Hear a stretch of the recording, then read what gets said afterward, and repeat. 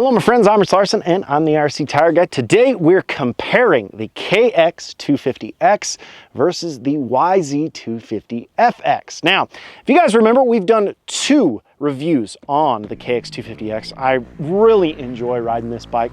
The first one was kind of an initial setup testing. Then the next one, we just got into some hard enduro situations. Make sure to check those videos out.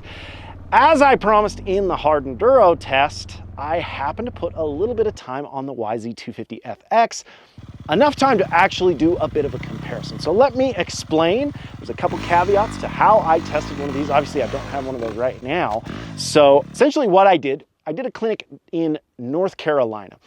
These group of guys had a fleet of YZ250FXs, about 10 of them. So over the 3 days of clinics that I did, I rode about 9 hours a day, and I probably rode 4 or 5 different YZ250FXs. They were all the same year, and they all had a very, very similar feel. So any of the problems that maybe I was having on one of them, I had double checked, got on another and said, okay, yeah, it's doing the same thing, or it's not doing the same thing, right? So I actually did get a pretty thorough test on one of these bikes, and I thought, man, this is a great opportunity to give you guys my thoughts and comparison between the two machines. This is going to be a quick episode. Really, I want to dive into the YZ250FX. The only way I can do that is get my hands on one. So my plan is to hopefully really put some serious time in the technical hard enduro situations, essentially do the same thing that we've done already on this bike. But I think I've put enough time on one to kind of get my head around what they're about. They're an awesome bike. Honestly, they're both great, but I want to talk about the differences, the things I like, the things I don't like, where this one performed better, where the Yamaha performed better. So let's get into it. Starting with power.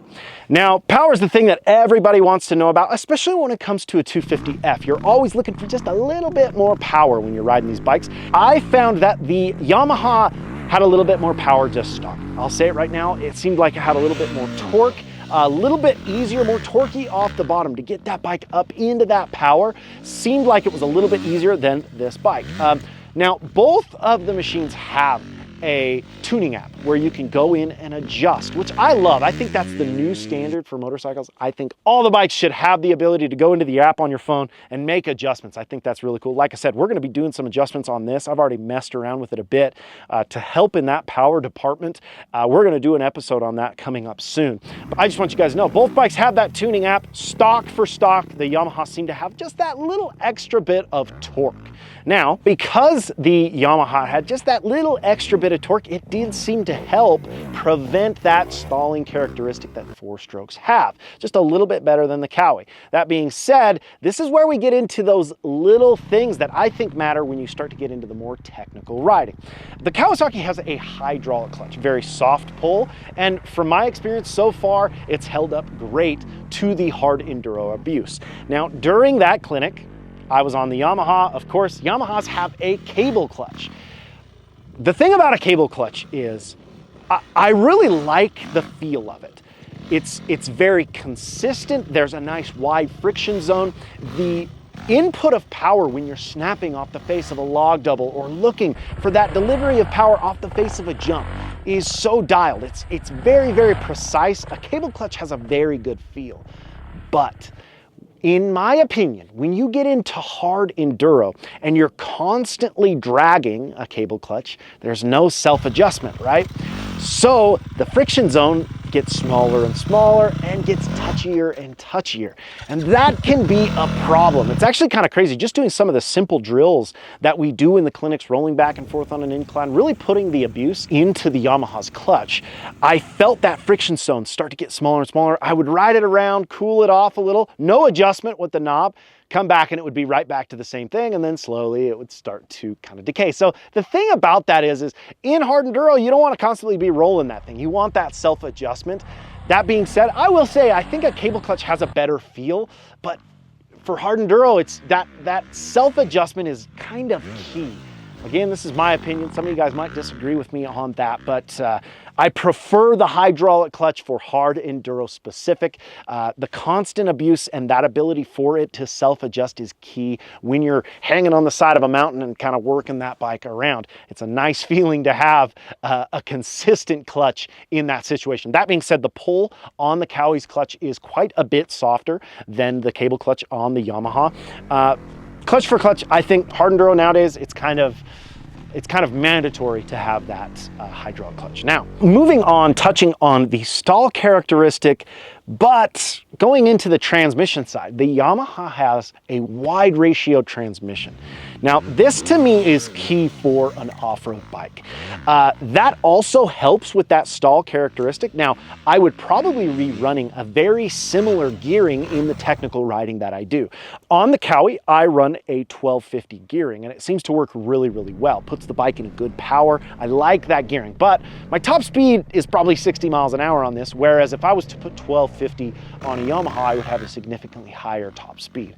That ability to have the additional mile per hour on the high speed, but still have the same ability within stall characteristic with that 1250 gearing would be key. That wide ratio transmission is key, and I think Kawasaki needs to go to that, and I think they will. I think they have intention to push harder into off-road, and I think we're gonna see a different transmission on this bike. It's gonna make a huge difference. Now, moving on from the transmission, let's talk chassis. Very interesting bike to bike. Truly, they both handle very well. I was pleasantly surprised with the Yamaha. So just initially, the cockpit. I find the Kawasaki to be a little bit smaller in the cockpit. By no means cramped. I think it fits me quite well. That being said, the Yamaha seems a little bit bigger. But the weight of the Yamaha, you can tell, is so centered. That rearward slanted engine, as well as just where the tank is, it seems like everything is just so centered on the bike, and I think that really does have a lot to do with its ability to turn. It has that same flickable turn. I would say they're both really comparable. I felt extremely confident right away when I got on the Yamaha, doing some turn track and a little bit of enduro cross. I felt really, really solid doing that higher speed stuff on the Yamaha. It felt right at home to me. And I feel like the Kawi is the same way. The Kawi is a little bit smaller, so it feels more flickable. The rigidity of the frames to me seems very, very similar. As I've said many times in the past reviews, I felt like KTM has gone stiffer and stiffer and stiffer. And to me, it makes it so I'm not comfortable sitting into a corner. I like to stay standing, so I almost get more weight into the pegs and more flex into the frame. Both of these bikes have a really solid feeling in the quarters between Kawi and Yamaha. They're really, and this just makes me want to test the Yamaha even more and really put some time on it and see which one I like better. So far, they're very close. Now, moving from the chassis to the suspension, Yamaha has KYB suspension, which I love, and the Kawi, this is my first experience on Showa suspension, which I'm pleasantly surprised by. Now, as you guys know, the stock settings on the Kawi are a little bit on the stiff side, and I think Yamaha actually sets theirs a little bit softer, which is a good thing for the enduro guys. In my opinion, both brands of suspension are comparable. I've used KYB so much, it's tried and true, it works really, really well. This is my first experience on Showa, and I'm really happy with the setup. I would say both Yamaha and Kawi are on the stiff side, Yamaha being on the softer side of the two. That being said, it all comes down to your own valving. I would say the average guy's gonna wanna valve either bike. I would valve this just a little bit softer. I'm right at the end of the valving as far as how soft I'm running it for the technical riding. I would say you'll probably do the same thing on the Yamaha. That being said, it is slightly softer. The whole point of this review is every bike has their own thing. And it's all gonna come down to the preference of what you're looking for and what you're riding. To me, the cable clutch on the Yamaha is kind of the deal breaker for the hard enduro specific stuff. That being said, I love the feel of a cable clutch in even enduro cross style riding. I clutch off the face of any sharp jump or log double. I'm clutching off the face. I'm loading that engine, then reducing and releasing off the face of the jump. The feedback that the clutch gives you there is unreal. It feels very controllable and tractable to find that right RPM for whatever obstacle you're doing. That being said, if you're constantly dragging, that feel starts to go away and the hydraulic clutch just performs better. Even in like the technical, like goofing around trials type lines that I did on the Yamaha, the start of the line felt great. By the end of the line, I started to get a little bit of fade within the clutch. And this was the same on all 5 YZ250FXs that I rode. So don't say that the clutch was worn on one or wasn't worn on the other. I rode 5 different ones. They all felt exactly the same within the clutch. The truth is, the cable clutch would require constant adjustment when you're constantly slipping and putting that power in. When you're just doing turn track or enduro cross, those quick bursts of power are fine. It allows you to have that great feedback that the cable clutch gives you, but then allows it to kind of rejuvenate in between slips. So that's kind of that deal breaker on the Yamaha side. I wish they'd put a hydro clutch on it. That being said, I wish they'd put a wide ratio transmission on this. So we're seeing that progression of off-road specific bikes, and I love testing them. I love doing it. I plan on getting myself a YZ250FX and really putting it through the ringer. But I think this was a great like initial test and comparison between these two bikes. I know a lot of people were asking for this, so I figured I'd break down every little bit that I felt.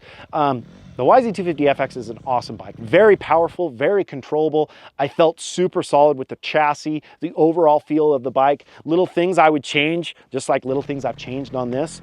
I think they're both awesome machines. I love seeing brands push into off-road specifically, and it makes me excited for the future. I know Cowie's got some cool things coming out, right? So we see those 2-stroke rumblings, and I'm excited to see what they come out with. And I'm excited to see the progression of these bikes. Maybe I'll get on a 450 and try that one too. I love testing bikes. It's a blast. Thank you guys so much for watching. I appreciate the support of the channel. I hope you're enjoying it. If you are, make sure to like, comment, subscribe, as well as follow us on Instagram at IRC Moto, my personal Instagram page at RichLarson511. Get signed up for a clinic. They're just about full the rest of the year, but that's on RichLarson511.com. And I hope you see you out there. Until next time, keep shredding.